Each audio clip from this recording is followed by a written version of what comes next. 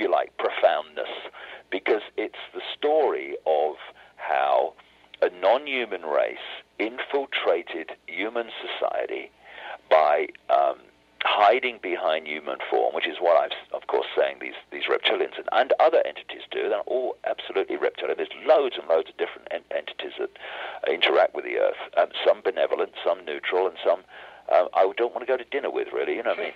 But they may want you for dinner. Yeah, I don't taste good, though. You know?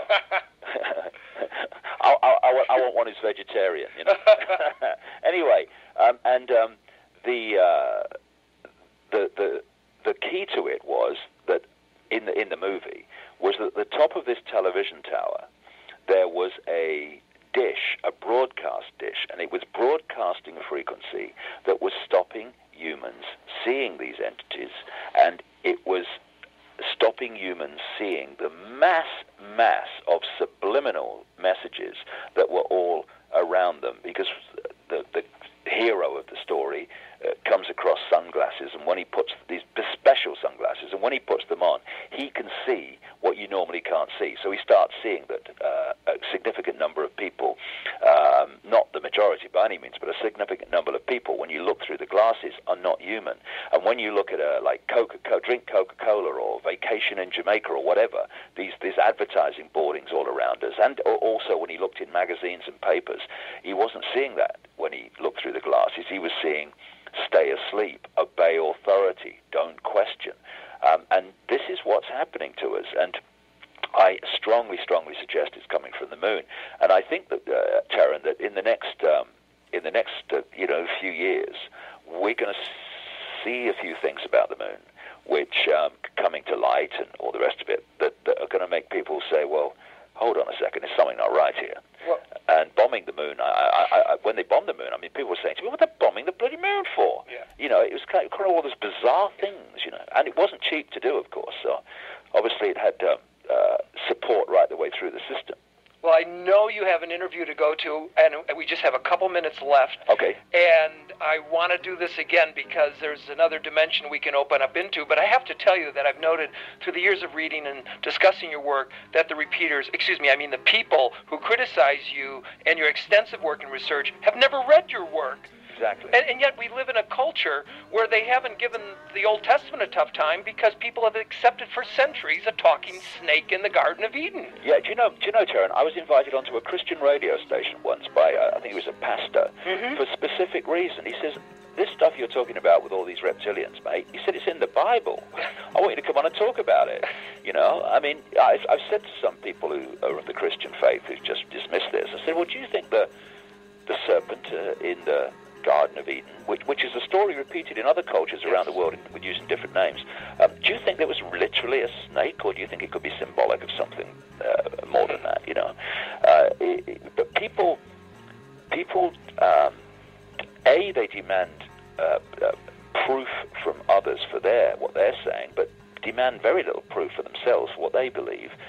And also they have these belief systems which they simply do not want to put down. I was here in a bar last night just chatting away, watching the baseball, and I don't know how it came up, but 9/11 came up, and I pointed out that 19 hijackers who couldn't fly Cessnas couldn't possibly have flown those planes, and this guy said, of course they did. I said, well, just explain this to me then. How come I talked to a Lufthansa pilot, German Airlines pilot, of 28 years experience, and he said to me, there's no way I could do anything like what they did with those planes.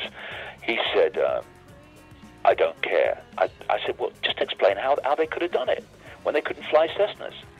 I don't know, he said, they just did. And that was it. Yeah. It was my belief system cannot move, because if it does, I have to reassess everything, because I have to accept that the government's not on my side. The fact that he hasn't seen that by now is just... Really? Well, you are a shaman who is here to help awaken and remember.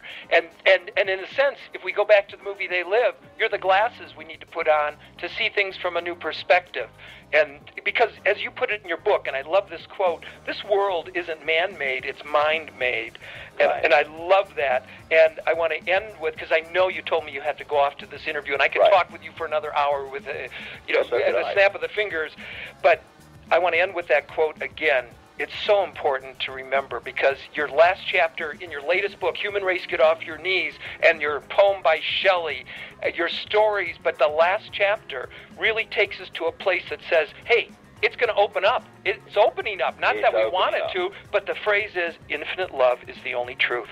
Everything else is illusion. And with that, David, I'm thankful you're here walking the planet, and we just, want you back on to visit the camp again and sit around our virtual campfire and hang out and tell some more stories. No problem, mate. Anytime. Thanks. I'll see you soon, Terran. Thanks for that. Thanks so much, man. Adios. Idea, and just look at it in a neutral way, feel it intuitively, and see if it is valid for you, and make or develop your sense of reality from that, rather than preconceived ideas, which are what? Beliefs, dictating and censoring reality by reflex action.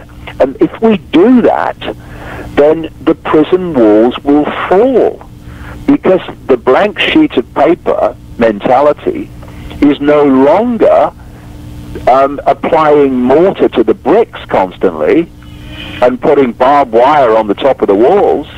It's open to the walls coming down, or at least the walls changing and expanding in the light of new experience and information. And that's all it is. Please, anyone listening to this program, do not let them tell you that awakening to your true self is complex, difficult, and all the rest of it. It is not. Open your mind to all possibility, and the rest will take care of itself.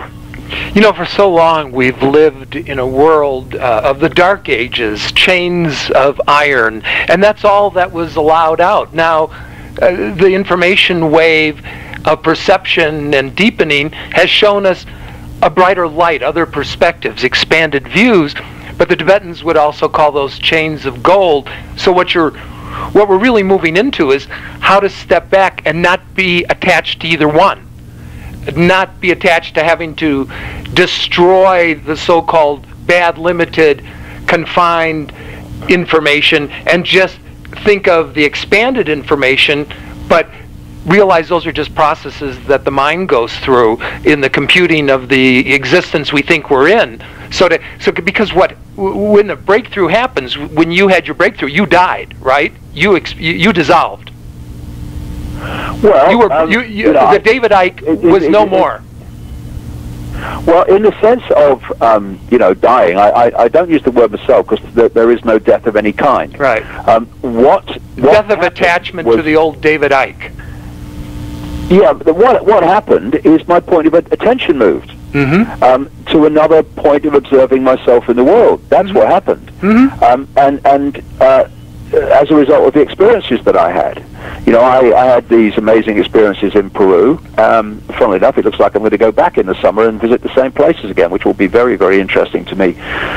But I had these amazing experiences and other things that were happening to me. And I also obviously went through massive amounts of public ridicule. Probably I was ridiculed, and in the mainstream media even now, it's happening still today. In fact, a bit more now than in recent years, because they've just realized how successful I am in getting this information out, and they're trying to put the lid on me. Well, waste your time if you like, ladies and gentlemen. You want to waste your life, be my guest, but the lid's not going on, sorry. But they're trying, and other people, some people who've been in my life over the years have been helping them, but it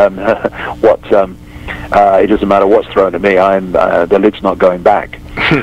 And that mass ridicule that I went through cleared me out of one of the great, if you like, substances that holds the prison walls together, which is the fear of what other people think.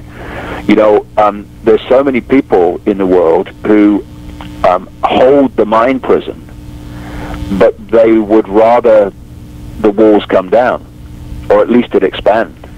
But they're frightened of expanding the walls, and especially bringing them down, because what they will say, what they will do, and how they will live their lives will attract ridicule or condemnation from people they're